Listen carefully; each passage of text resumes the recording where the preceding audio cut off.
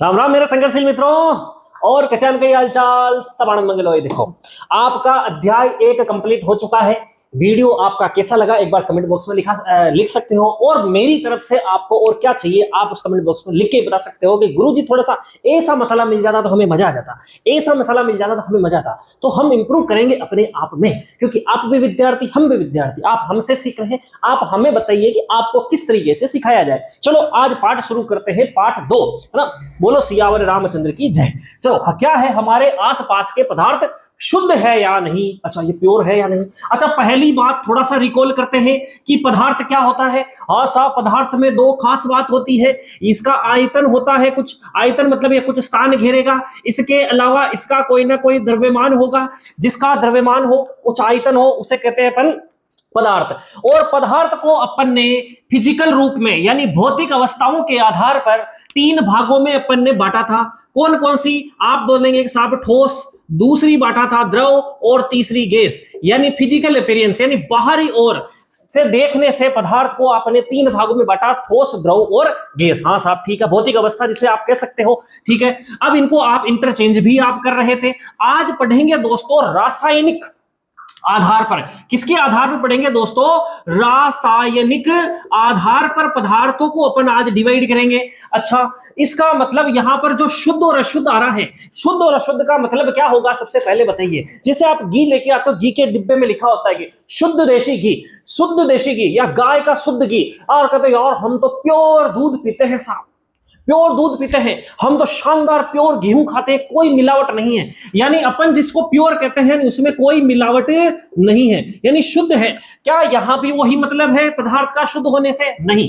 यहां पर अगर वैज्ञानिक आधार देखे जाए शुद्धता का, तो आज उसके बारे में पढ़ेंगे कि कौन से पदार्थ को शुद्ध कहा गया है, कौन से पदार्थ को अशुद्ध। यानी अगर मैं कहूं जिस पदार्थ को आप शुद्ध घी समझ के खाते हो, वैज्ञानिक आधार पर उसे आप कहेंगे अशुद्ध। अच्छा मार साहब अशुद्ध है यानी वो गंदी चीज है? नहीं बेटा, अच्छी चीज है। लेकिन शुद्ध और अशुद्ध का आधार आज अपन देखेंगे, आपके दिमाग के परखच्चे उड़ाएंगे, सारी चीज क्लियर करेंगे दोस्तों।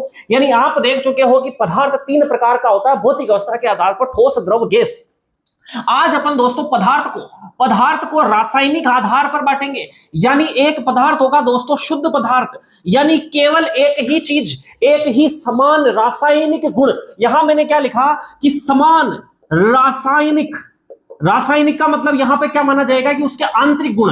बाहरी गुण में तो ठोस, द्रव, गैस कर लिया आपने। आंतरिक गुण, रासायनिक गुण या रासायनिक गुण या रासायनिक प्रकृति जिनकी एक जैसी होगी। यानी कोई पदार्थ लिया जाए उसके सभी कण, आप सब जानते हैं कि पदार्थ छोटे छोटे कणों से मिलकर बना होता है। यदि प्रत्येक कण की समान रासायनिक प्रकृति हुई या समान रासायनिक गुण अगर वो दर्शाता है, तो वो पदार्थ कैसा होगा दोस्तों? शुद्ध पदार्थ होगा। कैसा होगा? शुद्ध पदार्थ।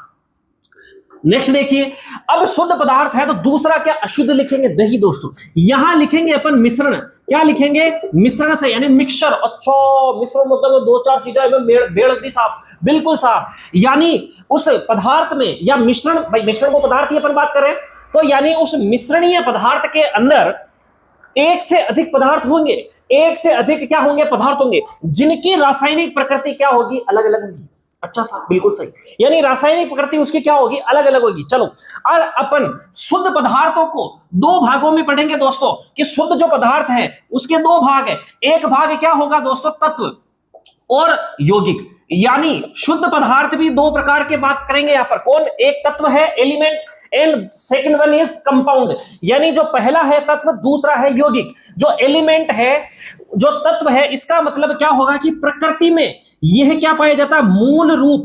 प्रकृति में कोई भी पदार्थ जिस मूल रूप में पाया जाएगा, यानी मूल रूप में पाया जाएगा, वो क्या कहलाएगा दोस्तों? आपका तत्व कहलाएगा, एलिमेंट कहलाएगा। जैसे मैं कहूं कि सोना, सोने में क्या दूसरा पदार्थ है? क्या नहीं साहब दूसरा पदार्थ। क्या इसमें दूसरे पदार्थ होंगे? अभी बात करेंगे यौगिक पर, बिल्कुल दूसरे पदार्थ भी होंगे। सोना बिल्कुल शुद्ध जिस रूप में पाया जाएगा उसे अपन कहेंगे एलिमेंट। ऑक्सीजन, कार्बन, एल्यूमिनियम, चांदी, ये सब के सब कॉमन होंगे दोस्तों तत्व। इसका मुख्य चीज क्या है? मूल रूप। और इसको किसी भी विधि से इसको इनके मूल तत्वों को अलग नहीं किया जा सकता। सोने में से क्या सोना अलग करोगे बताओ आप मुझे?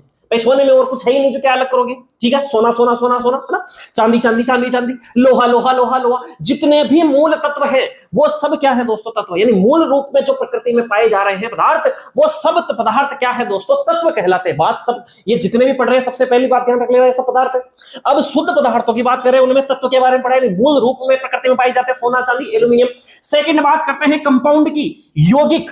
अब योग नाम से ही स्पष्ट है, योग है, योग का मतलब एक से अधिक यहां पर पदार्थ मिल रहे हैं। अब एक से अधिक पदार्थ मिल रहे तो मार साहब इन्हें शुद्ध क्यों खेलिया साहब, वो तो मिक्सर हो जाएगा। बिल्कुल बता रहे दोस्तों, यदि ऐसे पदार्थ यानी एक से अधिक पदार्थ तो मिल रहे हैं, बात तो सही है कि एक से अधिक पदार्थ होते हैं, लेकिन पहले ही बात कर चुके हैं कि यहां पर शुद्ध का मतलब क्या, समान रासायनिक गुण, यानी जब वो एक से अधिक पदार्थ मिलेंगे और किसी एक अणु या परमाणु का निर्माण करते हैं, अणु का निर्माण करते हैं या यौगिक का निर्माण करते हैं, वो पदार्थ, वो सारे पदार्थों की एक क्या होगी दोस्तों, समान रासायनिक प्रकृति हो जाती है। अभी बताएंगे कैसे। अब यौगिक का मतलब यहां पर देखिए एक से अधिक पदार्थ तो है, लेकिन यहां पर यौगिक के लिए खास चीज क्या है, और मिश्रण और यौगिक में यही अंतर हो जाएगा कि इसका जो अनुपात होता है दोस्तों, ये एक निश्चित अनुपात में, एक निश्चित अनुपात या निश्चित जो रेशियो है उसके अंदर वहां पर पदार्थ मिलेंगे।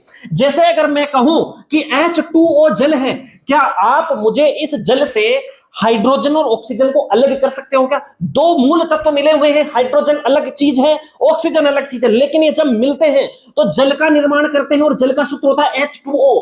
क्या मुझे बताइए दोस्तों, क्या H2O को किसी विधि से आप हाइड्रोजन ऑक्सीजन कर सकते हैं? लेकिन ऐसे आसानी से अलग नहीं होंगे। आप छान के, ऐसा नहीं कि छन्ना लगा दो और हाइड्रोजन अलग हो गया और ऑक्सीजन अलग हो गया, लेकिन मिश्रण ऐसी चीज होगी दोस्तों जहां आप अलग कर सकते हो उसको आसानी से कुछ विधियों के द्वारा।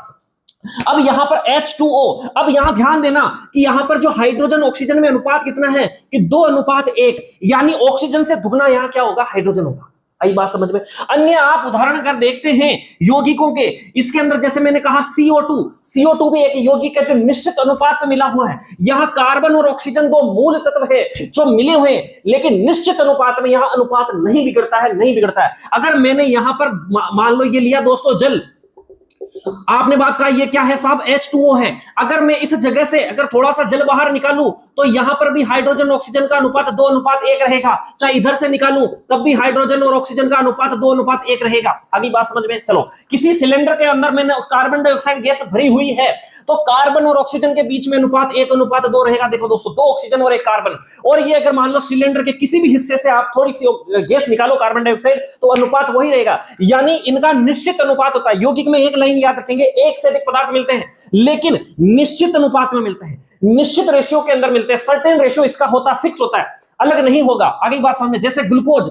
C6H12O6, ग्लूकोज में क्या होता है, C6H12O6, यानी कार्बन, हाइड्रोजन और ऑक्सीजन 3 तत्व मिल रहे हैं, लेकिन किस अनुपात में? इसको आप सरल करिए, 6:6, 6 दूनी 12 और 6 यानी 1:2:1 के अंदर यहां पर कार्बन, हाइड्रोजन और ऑक्सीजन मिल रहे हैं। आगे बात समझ में। चलो साहब, नेक्स्ट चलते हैं आप मिश्रण या मिक्सचर के ऊपर। यहां जो मिश्रण लिखा हुआ है, अब मिश्रण में भी एक से अधिक पदार्थ मिलेंगे, एक से अधिक पदार्थ। अब देखो यहां पर बात की आपने शुद्ध का मतलब समान रासायनिक प्रकृति। अब वहां हाइड्रोजन ऑक्सीजन का अपना कोई अस्तित्व नहीं है। H2O यानी जल का अपने आप का अस्तित्व है और उनकी हर अणु की, जल के हर अणु की, हर परमाणु की, हर पदार्थ की, हर कण की समान रासायनिक प्रकृति होगी। लेकिन मिश्रण में ऐसा नहीं होता है, मिश्रण में ऐसा नहीं होता है। आगे बात समझ में। चलो साहब, अब मिश्रण में एक से अधिक पदार्थ है लेकिन ये समान अनुपात में नहीं मिलते हैं, समान अनुपात में नहीं मिलेंगे, उसे क्या कहेंगे, मिश्रण। यौगिक और मिश्रण में यही डिफरेंस सबसे अधिक है कि एक से अधिक पदार्थ तो मिल रहे हैं लेकिन समान अनुपात में नहीं मिल रहे। यहां आप कोई छन्ना वन्ना लगाओ या फिर कोई ना कोई अलग विधियां, आसन विधि पढ़ेंगे दोस्तों कि किस प्रकार के मिश्रण में से आप समस्त तत्वों पदार्थों को अलग अलग किया जा सकता है। यहां पर कोई यौगिकों को आसानी से आप अलग नहीं कर सकते। ग्लूकोज में से कार्बन, हाइड्रोजन, ऑक्सीजन आसानी से अलग हो जाएगा क्या? नहीं होगा। अब यहां मिश्रण की बात करते हैं कि मिश्रण बताओ मार साहब, आप तो एग्जाम्पल बताओ। गर्मियों के दिनों में आपने शिकंजी पी होगी, बिल्कुल साहब। तो यहां पर आपने क्या लिया साहब, जल लिया, बिल्कुल साहब जल लिया। और जल के अंदर आपने क्या डाला साहब, नींबू का रस डाला। हाँ साहब, नींबू का रस डाला। इसके अलावा आपने क्या डाला साहब, नमक डाला। यानी नमक आपने जल में मिलाया, शक्कर मिलाया। अब ये मिक्सचर हो गया दोस्तों, क्या हो गया दोस्तों, मिक्सर हो गया। इस मिश्रण को क्या कहेंगे, मिश्रण कहेंगे। आगे बात समझ में, यानी यहां कोई समान अनुपात में नहीं मिला हुआ है, यानी कभी एक शिकंजी बनी दूसरी शिकंजी बनाई तो वहां कोई अनुपात बिगड़ जाएगा, उसका कोई फिक्स अनुपात नहीं है कि भाई शिकंजी बन रही है तो भाई नींबू इतने अनुपात में मिलेगा, नमक इतने ही अनुपात में मिलेगा, ऐसा नहीं है। आप खुद एक शिकंजी को 2 बार बना लो, अनुपात बिगड़ जाएगा। आगे बात समझ में, लेकिन जल का अनुपात हमेशा एक जैसा ही रहता है। समझ में आ गई। चलो नेक्स्ट देखते हैं मिश्रण। यहां पे मिश्रण को भी अपन ने दो भागों में मिलकर बांटेंगे दोस्तों। मिक्सर भी यहां दो अलग अलग भागों में मिलकर पढ़ेंगे। मिश्रण में एक पढ़ेंगे दोस्तों सहमांगी मिश्रण, और एक होगा दोस्तों विषमांगी, है ना। क्या विष यहां जहर होता है क्या, नहीं। आपने पढ़ी होगी सम संख्या विषम संख्या, है ना, वही है सम और विषम। सम यानी एक जैसे, विषम यानी अलग अलग, यानी मिक्सर समांगी मिश्रण क्या होगा। समांगी मिश्रण यहां क्या होगा दोस्तों, जैसे मान लो मैंने यहां पर क्या किया दोस्तों, जल लिया और जल में मैंने क्या डाल दिया साहब, NaCl डाल दिया। NaCl अपने आप में क्या है दोस्तों, यौगिक है, यानी सोडियम और क्लोराइड जो है यहाँ पर 1:1 में मिला हुआ। अब इसको जल में तुमने मिला दिया, 2 यौगिकों को आपने मिक्स कर दिया। तो मिश्रण की परिभाषा भी यही से एक चीज होगी कि 2 तत्व या 2 अलग अलग तत्व, 2 अलग अलग यौगिकों को जब मिलाते हैं अनिश्चित अनुपात में तो क्या बनता है साहब, मिश्रण बनता है। चलिए साहब, अब यानी 2 यौगिक यहाँ पर आपने मिला लिए। अब सहमांगी का मतलब सबसे पहली बात तो इसमें जब आप नमक घोलोगे, आप मुझे बताओ क्या इसको छान कर अलग कर लोगे, हाँ साहब नमक, ऐसा नहीं हुआ कि छन्नी के ऊपर नमक रह गया और पानी नीचे नीचे आ गया, नहीं साहब।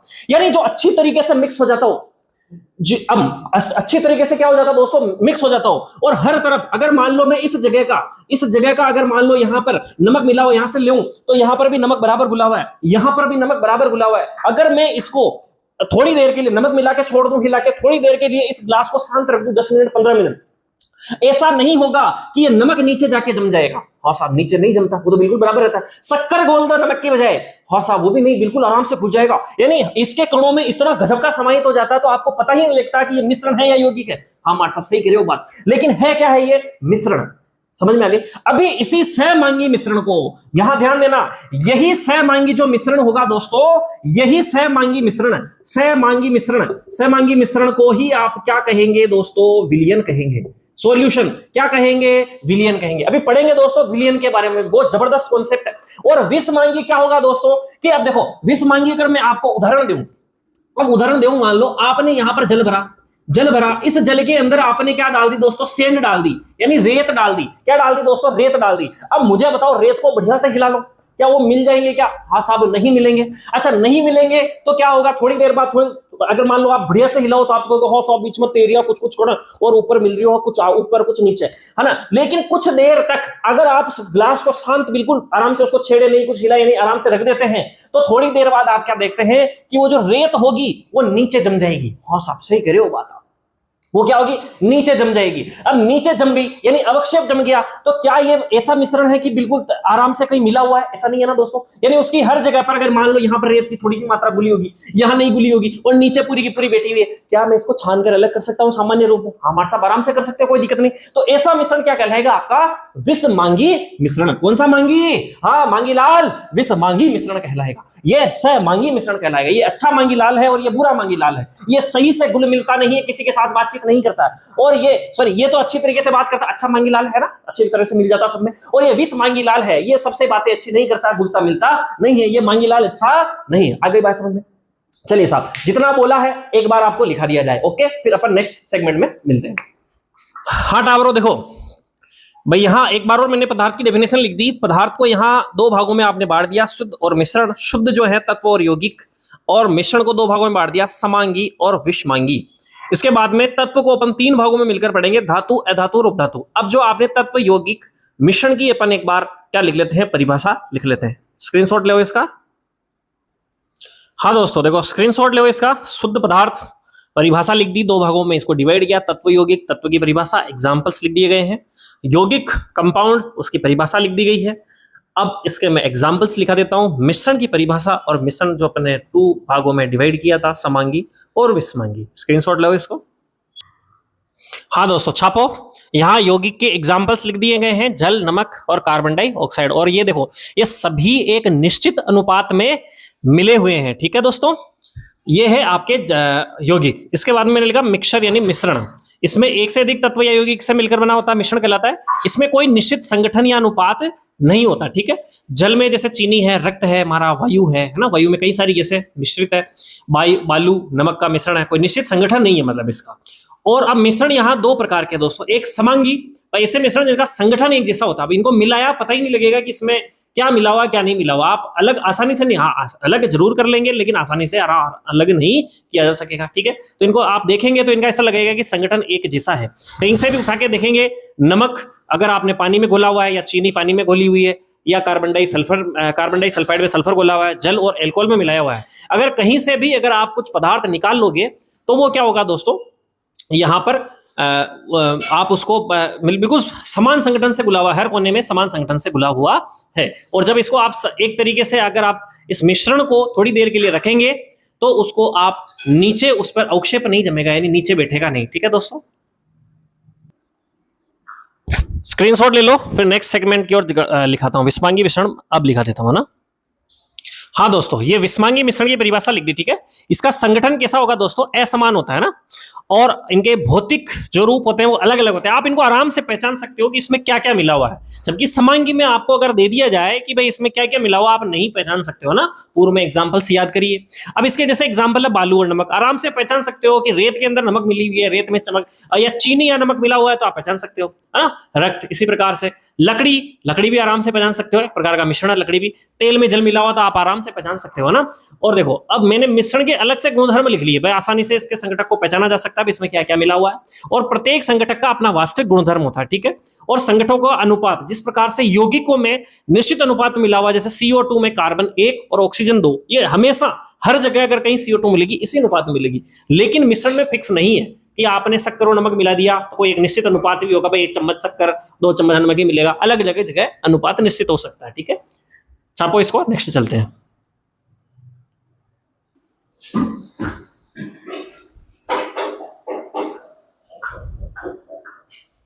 हाँ देखो दोस्तों, अगला है मिश्रण और यौगिकों में अंतर। देखो अपन ने मिश्रण अलग पढ़ लिया, यौगिक अलग पढ़ लिया।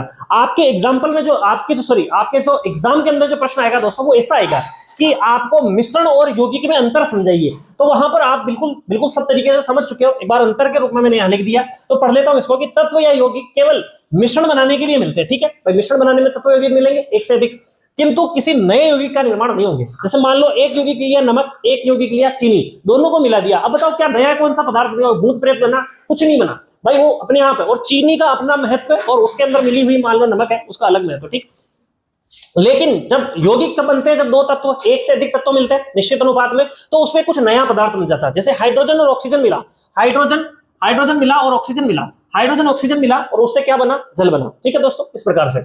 और मिश्रण का संगठन परिवर्तनीय होता है, ठीक, संगठन एक जैसा रहता नहीं, बता दिया आपको। और इसमें नए पदार्थ का संगठन सदैव स्थायी होता है, बदलता नहीं है बिल्कुल। भाई CO2 है तो उसमें कार्बन 1 अनुपात और ऑक्सीजन 2 अनुपात में होगा, ठीक। मिश्रण में उपस्थित घटकों के गुणधर्मों को दर्शाता है, ठीक। मिश्रण में उपस्थित जो घटक है सब अपने अपने गुणधर्म दिखाएंगे, उसमें कोई नया पदार्थ बना ही नहीं, अपने आप का अस्तित्व उसमें बना रहता है। रेत और नमक मिला हुआ है तो रेत का अलग अस्तित्व है, नमक का अपना अस्तित्व बना हुआ है। नए पदार्थ के गुणधर्म पूरी तरीके से भिन्न हो जाते हैं। कार्बन और हाइड्रोजन मिला और ऑक्सीजन मिला, ग्लूकोज बनाया, कार्बन हाइड्रोजन ऑक्सीजन मिला, चीनी बनाया, तो बिल्कुल उसमें कोई कार्बन हाइड्रोजन उसका अपना कुछ महत्व रहा नहीं, नया पदार्थ ही वहां पर बन गया। इसी प्रकार से घटकों के भौतिक विधियों द्वारा इसको अलग किया जा सकता है। मान लो आपने चीनी और नमक घोल दी तो उसको आप अलग कर सकते हो।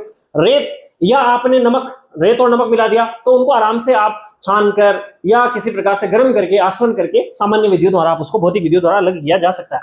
लेकिन अगर मान लो अगर आपको यौगिकों को अलग करना है, यौगिक में मान लो जल है, हाइड्रोजन और ऑक्सीजन को अलग करना, फिर आपको वहां पर विद्युत रासायनिक प्रक्रिया का सहारा लेना पड़ेगा। बाकी वहां पर भौतिक विधियों द्वारा सामान्यतः इसको अलग नहीं किया जा सकता। छान कर हाइड्रोजन ऑक्सीजन को अलग कर दे, नहीं कर सकते। ओके, एक बार इसका स्क्रीनशॉट लो, फिर नेक्स्ट चलते हैं।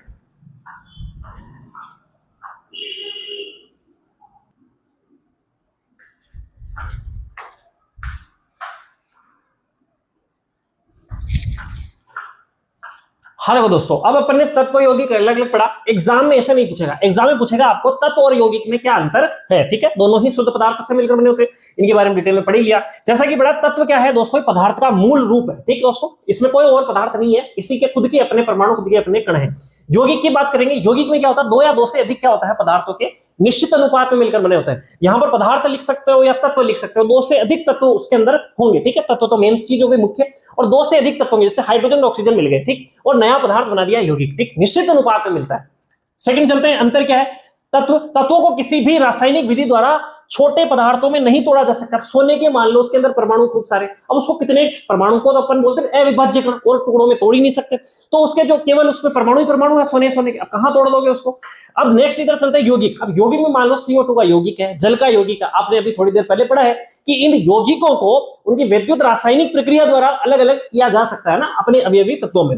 यौगिकों को रासायनिक विधि द्वारा उनके घटकों में या अवयवी तत्वों में तोड़ा जा सकता है। ठीक, थर्ड वाला, तत्व एक ही प्रकार के परमाणु या कणों से मिलकर बना होता है, जिनका आकार कैसा होता है, निश्चित होता है। जैसे उदाहरण दिया मैंने सोना, चांदी, एल्यूमिनियम, ये सब अपने परमाणु, या जैसे अपन कण कह रहे थे परमाणु, नेक्स्ट वाले पार्ट में आ जाएगा कण, और वही क्या है आगे जाके परमाणु, तो अपने ही परमाणु से मिलकर बना होता है। ठीक है दोस्तों, और जिनका आकार कैसा होता है, समान होगा। ठीक है, एक जैसे होते हैं। लेकिन इसमें आप सबको पता है कि कार्बन अलग तत्व है, ऑक्सीजन अलग तत्व। अगर मान लो CO2 बन रही है या जल बन रहा है तो हाइड्रोजन अलग है, ऑक्सीजन अलग है, तो उनके आकार प्रकार भी अलग अलग होंगे। तो इसमें उपस्थित विभिन्न तत्वों के परमाणु का आकार कैसा होता है, भिन्न भिन्न होता है। ये 3 अंतर है दोस्तों। एग्जाम में ये लास्ट के जो मैंने 2 आपको बताए हैं अंतर, यहां से एक प्रश्न जरूर आएगा 100%। एक बार स्क्रीनशॉट ले लो इसका। अब आज की सभा यहीं समाप्त करते हैं। वीडियो को अच्छा लगा हो तो लाइक शेयर सब्सक्राइब करें, फिर मिलते हैं कल। ओके, जय श्री राम। स्क्रीनशॉट लेना इसका।